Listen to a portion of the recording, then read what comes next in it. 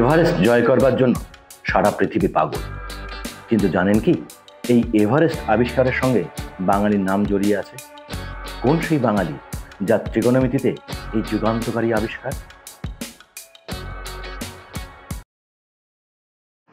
বাঙালিরা উপেক্ষিত, পিছিয়ে পড়া, সারা দেশ পৃথিবী বাঙালিদের নাম রাখে না। এই অভিযোগগুলো আমরা নিজেরাই নিজেদের বলে থাকি, কিন্তু কেন? কখনো কি ভেবে দেখেছি এই পিছিয়ে পড়ার মধ্যে আমাদের দায় কতটা? গল্প এখন তখনের জানা অজানার এই পর্বে এমনই এক বাঙালি কথা বলবো আজ। সেই কবেকার কথা, 1852 সাল, Dehradun. Surveyor general Andrew Waugh অফিসে ঢুকে উত্তেজনায় কাঁপছে বছর 40-এর এক বাঙালি। স্যার, আমি খুঁজে পেয়েছি বিশ্বের উচ্চতম শৃঙ্গ। শুনে নড়ে চড়ে বসলেন ব্রিটিশ সাহেব। এই নেটিভের কথা হেলাফেলা করলে চলবে না। পূর্বসূরীরাও মনে মনে সমীহ করতেন ছোকরার গণিত জ্ঞানকে, যদিও প্রকাশ্যে তা কোনোদিন স্বীকার করতেন না।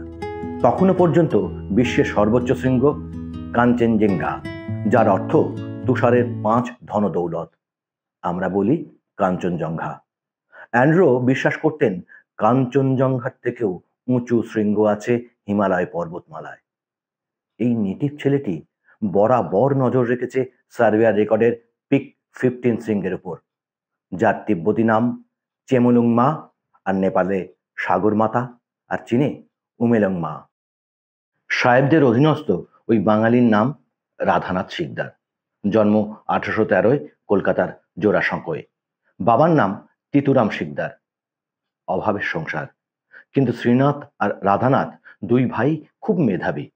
পড়তেন খ্রিস্টান মিশনারিদের স্কুলে, পরে হিন্দু কলেজে। বৃত্তির জলপানিতেই মিটেছে পড়াশোনার খরচ। শ্রীনাথ টাকা দিতেন সংসারে, রাধানাথের পাগলের মতন বইপত্র কিনে পড়ার খিদে মেটাতে। গণিতে তুখর রাধানাথ সুযোগ পেলেন হিন্দু কলেজে পড়ার। অনুপ্রাণিত হলেন ডিওজিওর ইয়ং বেঙ্গল সোসাইটির আদর্শে। ত্রিকোণমিতিতে, বিশেষ করে স্ফেরিক্যাল ত্রিগোনোমেট্রিতে রাধানাথের পাণ্ডিত্য আর দখল দেখে মুগ্ধ হয়ে গেলেন সাহেব শিক্ষক টাইটলার। একদিন টাইটলারের কাছে আর্জি পাঠালেন ভারতের তদানীন্তন সার্ভেয়ার জেনারেল জর্জ এভারেস্ট। গণিতে পাকা মাথা একজন তরুণ চাই। শিক্ষক একটুও দ্বিধা না করে সুপারিশ করলেন রাধানাথ শিকদারের নাম। 1831 সালে পরাধীন ভারত জুড়ে চলা গ্রেট ট্রিগোনোমেট্রিক সার্ভেতে যোগ দিলেন 19 বছর বয়সী রাধানাথ। মাসিক বেতন ছিল 30 টাকা। খুঁতখুঁতে এভারেস্ট সাহেবও মুগ্ধ হয়ে গেলেন রাধানাথের পারদর্শিতায়। এত নিখুঁত গণনা এত কম সময় সত্যিই বিরল। একদিন রাধানাথ এভারেস্টকে বললেন, মাপামাপির কাজ আর ভালো লাগছে না, তিনি ডেপুটি কালেক্টর হতে চান।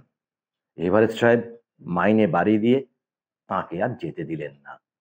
অবসর নিলেন জর্জ এভারেস্ট। নতুন সার্ভেয়ার জেনারেল হলেন অ্যান্ড্রু ওয়া।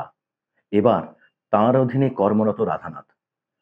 1852 সালে গণনায় নিশ্চিত হয়ে তিনি অ্যান্ড্রু সাহেবকে জানান, পিক 15ই বিশ্বের উচ্চতম শৃঙ্গ। কিন্তু আরো নিশ্চিত হওয়ার জন্য রাধানাথ অনুরোধ করেছিলেন এই আবিষ্কার গোপন রাখতে। 1856 সালে সরকারিভাবে জানানো হয় রাধানাথের গণনা আবিষ্কার। আর 1860 সালে উচ্চতম শৃঙ্গকে স্বীকৃতির শিলমোহর দেয় ব্রিটিশ জিওলজিক্যাল সার্ভে। তখন ব্রিটিশ নিয়ম ছিল কোনো শৃঙ্গের নামকরণের গুরুত্ব দিতে হবে স্থানীয় আবেগকে প্রাধান্য দিয়ে। কিন্তু অ্যান্ড্রু তা তো গ্রাহ্য করলেনই না, এমনকি রাধানাথকেও তার সম্মান থেকে বঞ্চিত করলেন। নামকরণ হলো তারই প্রাক্তন বসের নামে। বিশ্বের সর্বোচ্চ শৃঙ্গ চিহ্নিত হলো মাউন্ট এভারেস্ট নামে।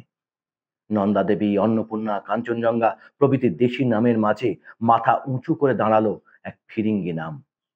আড়ালে চলে গেল পরাধীন বাঙালির যুগান্তকারী আবিষ্কার। আসলে ঊর্ধ্বতন কর্তৃপক্ষের সঙ্গে কখনো আপোষ করে চলতেন না রাধানাথ। 1859 সালে প্রকাশিত সার্ভেয়ার ম্যানুয়ালে উল্লেখ ছিল রাধানাথ শিকদারের কৃতিত্ব, কিন্তু 1875 সালে প্রকাশিত এর ত্রয়োদশ সংস্করণে বেমালুম চেপে যাওয়া হলো তাঁর অবদান। এমনকি সার্ভেয়ারদের অবৈতনিক কাজের প্রতিবাদ করায় তাকে জরিমানাও করেছিল ব্রিটিশরা। আর সেই জন্যই হয়তো বিশ্বের সর্বোচ্চ শৃঙ্গ 8840 মিটার থেকে গেল মাউন্ট এভারেস্টের নামে হতে পারল না মাউন্ট সিদ্ধার? এটা নিয়ে গত 150 বছরে কোনোদিন কি আমরা ভেবেছি? 29শে মে মাউন্ট এভারেস্ট ডে। বিশ্বের সর্বোচ্চ শৃঙ্গ আবিষ্কারের প্রায় 100 বছর পর 1953 সালে এডমান্ড হিলারি ও তেনজিং নোরগে এই দিনে এভারেস্ট জয় করেন। যার নির্ভুল সার্ভে বিশ্বের সর্বোচ্চ শৃঙ্গকে চিনিয়েছিল, সেই বিস্মৃত বাঙালি রাধানাথ সিকদারকে মনে করিয়ে দিতেই গল্প এখন তখনের এই প্রচেষ্টা এভারেস্ট ও রাধানাথ। এইরকম অজানা কাহিনী জানতে সাবস্ক্রাইব করুন গল্প এখন তখনকে। ভালো লাগলে শেয়ার করুন আর ফেসবুক ইনস্টাগ্রামে আমাদের ফলো করুন।